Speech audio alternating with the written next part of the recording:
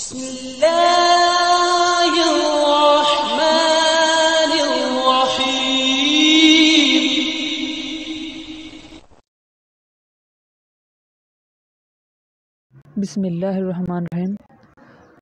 Students, आज हम 9th class chemistry का पहला ऑनलाइन लेक्चर स्टार्ट करते हैं। अगर आपको याद होगा तो हमने केमिस्ट्री का 6 चैप्टर स्टार्ट किया हुआ था और हमने सोलबिलिटी से पहले वो तमाम चैप्टर पढ़ लिया हुआ था और उसका आपका टेस्ट भी हो चुका है। तो नेक्स्ट जो टॉपिक हमने पढ़ना है वो है सोलबिलिटी। ये टॉपिक आपके स्मार्ट सिलेबस में शामिल भी है और ये as a long question paper में आता है। इसका क्वेश्चन बेसिकली पेपर में किस तरह से आएगा कि what is solubility, what is its like dissolve like principle. अगर आपके पास अभी टेक्स्ट बुक मौजूद है तो आप अपनी टेक्स्ट बुक का पेज नंबर 104 निकालना है और उसमें से सोलबिलिटी का टॉपिक जो है आपने मेरे साथ साथ पढ़ते जाना है। आपकी टेक्स्ट बुक के पेज नंबर 104 पे ये टॉपिक सोलबिलिटी का दिया हुआ है। तो सबसे पहले हम सोलबिलिटी की डेफिनेशन पढ़ते हैं और समझते हैं कि सोलबिलिटी बेसिकली है क्या। Solubility is defined as number of gram of solute dissolve in 100 gram of a solvent.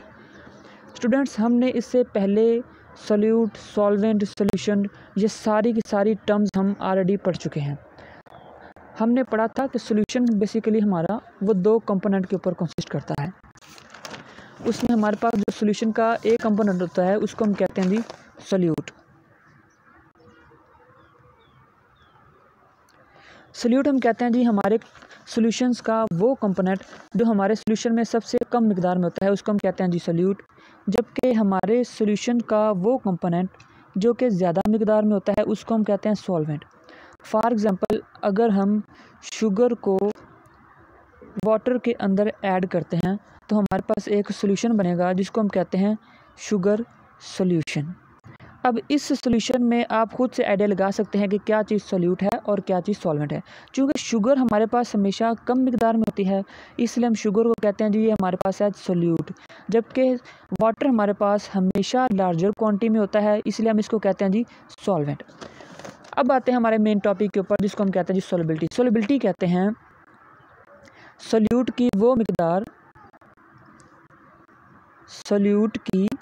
वो मिकदार जो किसी भी सॉल्यूशन के अंदर डिज़ोल्व होती है उसको हम कहते हैं जी सोल्यूबिलिटी। सोल्यूबिलिटी का मतलब होता है किसी चीज़ का हल होना, मीन्स टू से सोल्यूट का सॉल्वेंट के अंदर हल होके एक सोल्यूशन बनाना। इस टर्म को हम कहते हैं जी सोल्यूबिलिटी।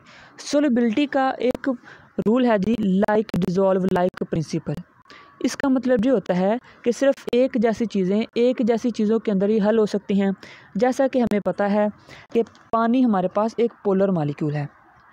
पोलर का मतलब ये होता है कि कोई भी ऐसा कंपाउंड जो डिफरेंट एटम्स का बना हो, जैसे कि हमारे पास वाटर का फार्मूला होता है जी H2O, जिसमें हमारे पास हाइड्रोजन के ऊपर पॉजिटिव चार्ज है और ऑक्सीजन के ऊपर नेगेटिव चार्ज है।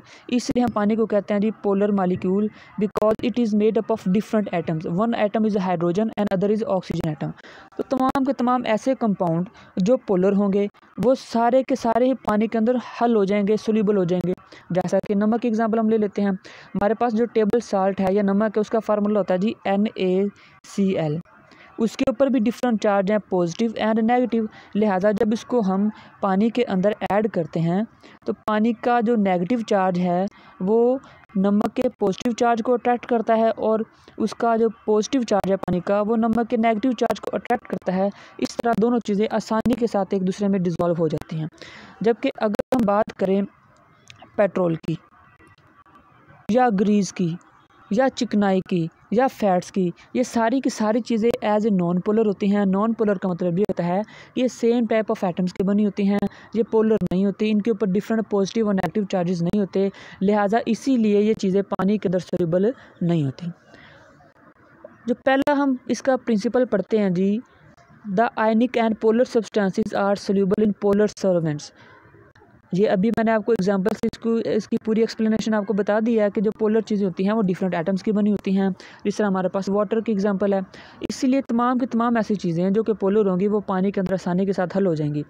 आयनिक सॉलिड्स जैसे कि NaCl एक सॉलिड है और आयनिक सॉलिड है, यानी कि वो आयनिक बॉन्ड बनाता है। वो आयनिक बॉन्ड कैसे बनाता है ये चैप्टर नंबर 4 में हमने डिटेल में पढ़ा। And polar covalent compound are soluble in water, KCl, Na2CO3, CuSO4, sugar, alcohol are soluble in water. ये तमाम के तमाम ऐसे कंपाउंड हैं जो आपको नज़र आ रहा है कि वो डिफरेंट एटम्स के बने होते हैं, उनके ऊपर different positive and negative charges होते हैं, लिहाजा ये पानी के अंदर आसानी के साथ हल हो जाते हैं। जबकि जो नॉन पोलर चीज़ें हैं they are not soluble in polar solvents, वो पोलर चीज़ों के अंदर हल नहीं होती, क्योंकि नॉन पोलर चीज़ें पोलर चीज़ों के साथ अट्रैक्शन नहीं करती। अगर हम उन्हें पोलर चीज़ों के अंदर ऐड भी कर दें, सोल्यूबल करने की कोशिश भी करें, तो वो पोलर चीज़ों के अंदर तैरती रहेंगी या नीचे बैठ जाएंगी, जबकि उसके अंदर हल नहीं होंगे। जिस तरह चिकनाई को पानी के अंदर हम जितना मर्जी ऐड कर लें, वो चिकनाई पानी के ऊपर ही तैरती रहेगी, जबकि पानी के अंदर सोल्यूबल नहीं होगी।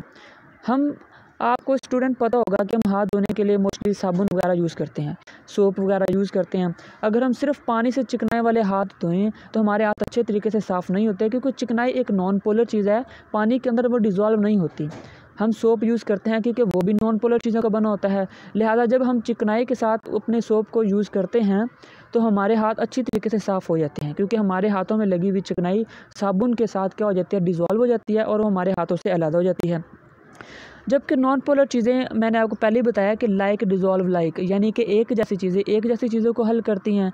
अब नॉन पोलर चीज़ें चूँकि पोलर चीज़ों में हल नहीं होती, लिहाजा वो नॉन पोलर चीज़ों में हल होती हैं। Non polar covalent substances are soluble in non polar solvent, mostly organic solvent, जैसे कि grease, paints, naphthalene are soluble in ether. ये सारी की सारी चीज़ें पोलर चीज़ों के अंदर यानी कि पानी के अंदर सोल्यूबल नहीं है, जबकि ये नॉन पोलर चीज़ों के अंदर इजीली डिज़ोल्व हो जाती हैं। इस तरह अगर हमारे हाथों पे ग्रीस के दाग लगे हों, कभी आप मोटरसाइकिल वगैरह का काम करवाने जाते हैं ना, तो आपको पता होगा कि वहाँ पे जो वर्कर काम कर रहे होते हैं वो अपने हाथों के ऊपर लगी हुई ग्रीस के दाग धब्बों को साफ़ करने के लिए पेट्रोल यूज़ करते हैं।